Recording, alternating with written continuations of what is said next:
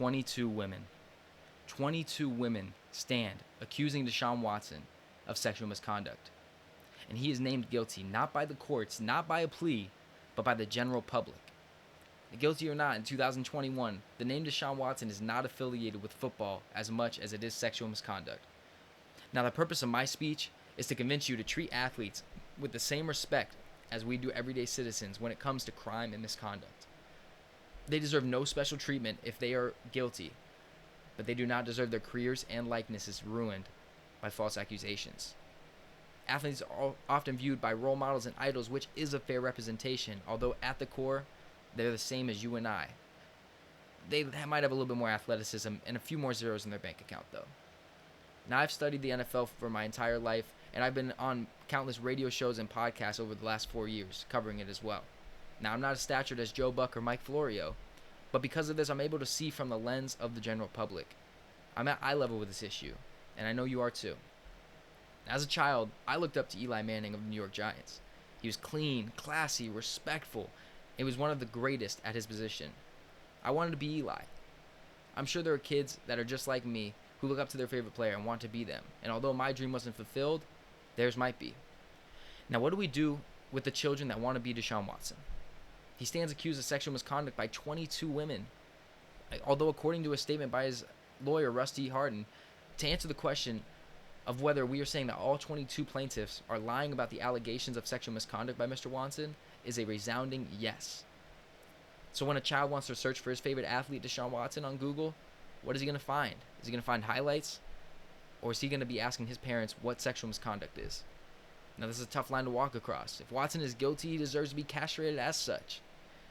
But if he is not, does he really deserve to have his reputation completely tarnished? Innocent until proven guilty. The presumption of innocence. These were created to keep the peace of individuals. If they are innocent, but are treated as guilty prior to justice being served, what's going to happen? Their life's going to be ruined. They're going to be sticking to the shadows, all because of a wrongful accusation. And we cannot make that mistake. Now, the NFL has had its share of crime and misconduct. The NFL Players Association and the NFL have worked together to create this code of conduct and make sure that no side has more power than the other to make sure there's an equal playing field for all. Now, one of the most debated elements is the use of marijuana. Now, according to the National Conference of State Legislature, 36 states, as well as the District of Columbia, Guam, Puerto Rico, and U.S. Virgin Islands, have legalized marijuana for medical use. When it comes to Josh Gordon, he's seen as a poster child for substance abuse. The former second-round selection looked like he had a Hall of Fame career ahead of him. Before his best season in 2013, though, he had his first suspension, 2 games, for violating the substance abuse policy. Gordon has violated the substance abuse policy 5 times in total, resulting in suspension so long that he has had to apply for reinstatement into the NFL. And that's obviously had a negative effect on his career, but no real effects on him as a person. He's most of the time using a substance that is now currently legal. He's beyond helping himself. He has an addiction. With the rules beginning to change, there are predictions of a change in the substance abuse policy to allow medical marijuana use within players. A man who cannot give up weed. A man who chose marijuana over millions. A pothead. That's what Josh Gordon's legacy is in the NFL right now. He's playing for the Zappers in the fan-controlled football league. The love of his game is not in question. It's his love for marijuana, his addiction to marijuana. He's been violating the rules, and he is in the wrong for that. But addiction is bigger than football. Over 20 million people over the age of 12 had a substance abuse disorder in 2018, according to the Bedrock Recovery Center. So why is Gordon not viewed as one of over 20 million people struggling with substance abuse disorder? Because we view NFL players with a higher standard and with a shorter leash. In the Journal of Legal Aspects of Sports, Amanda Zink says, rather than continue with the current retributive model centered on suspensions and fines, leagues with a spotlight on the NFL should instead prioritize policies that are substantially address domestic violence and drug abuse. Now, the NFL is not a place where the good Samaritans go from all around the world to join together and play a game, and it's also not a place where all the violent criminals become millionaires. The Journal of Criminal Justice ran a study to see if there's any correlation that NFL players are more criminal or more violent than the general population.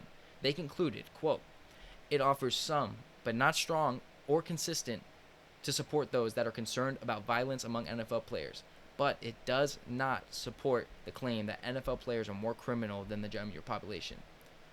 We've seen running back Ray Rice get caught on film in 2014 knocking his girlfriend unconscious on an elevator.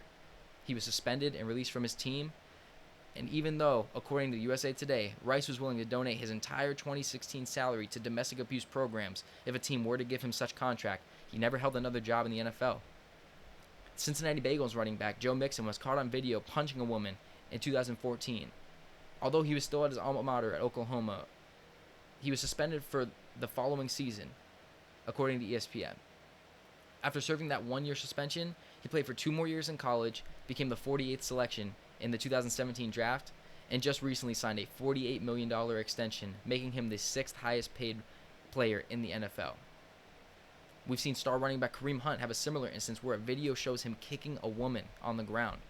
Hunt was released from the Chiefs, suspended for 8 games. He was given another chance on a 1-year deal, and he's done enough to get himself another small deal. Each of these cases, a man bringing harm to a woman, but they all had different outcomes.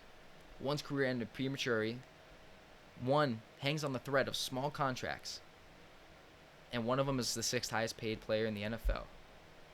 According to Sports Illustrated, 6th highest paid in the NFL. The difference between cases such as these compared to Deshaun Watson's case is visual evidence. So in the Journal of Deviant Behavior, it is said that although research has shown that NFL players have had a violent crime arrest rate, higher violent crime arrest rate, it remains unclear whether at an individual level, NFL players who are arrested are specializing in violent crimes or whether their involvement in violence is driven largely by their high frequency of offending. There's no answer on why the players do this.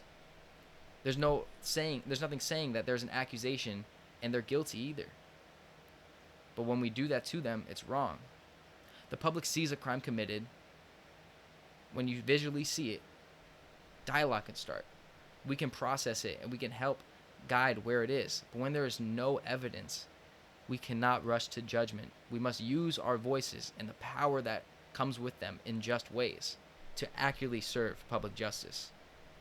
Now, in conclusion, I hope if I have not convinced you to treat athletes with the same respect as we do everyday citizens when it comes to crime and misconduct, that I've at least educated you in the ways that you'll make your judgment stern yet sophisticated. We must monitor the Deshaun Watson case and allow the process to take place. Watson may be a disgusting human being, or he's the victim of one of the worst castrations in the history of the NFL. And you have the power right now to use what this speech has given you and apply it to this situation as it ongoes. We must realize there are people behind the helmet who can struggle with the same issues that everyday citizens do. Addiction is not a joke, and we must attempt to support those repeat offenders. The substance abuse policy needs to change to get the help that they can.